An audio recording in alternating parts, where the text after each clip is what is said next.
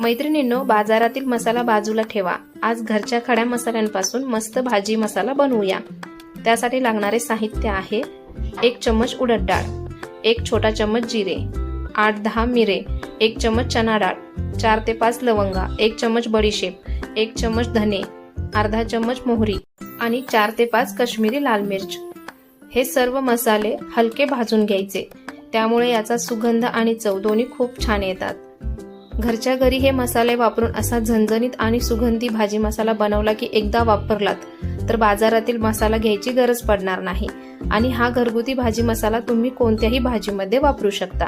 भाजीची चव एकदम मस्त लागते. कढीपत्ता इथे ऑप्शनल आहे, तुम्हाला हवा असेल तर तुम्ही घेऊ शकता किंवा स्किप पण करू शकता. आता हे सर्व मसाले थंड करून मिक्सरला बारीक वाटून घेऊया. बघा किती सुंदर रंग आणि सुगंध आला आहे. तुम्हाला हा व्हिडिओ आवडला असेल तर लाईक करा, शेअर करा आणि फॉलो करायला विसरू नका. थँक्यू.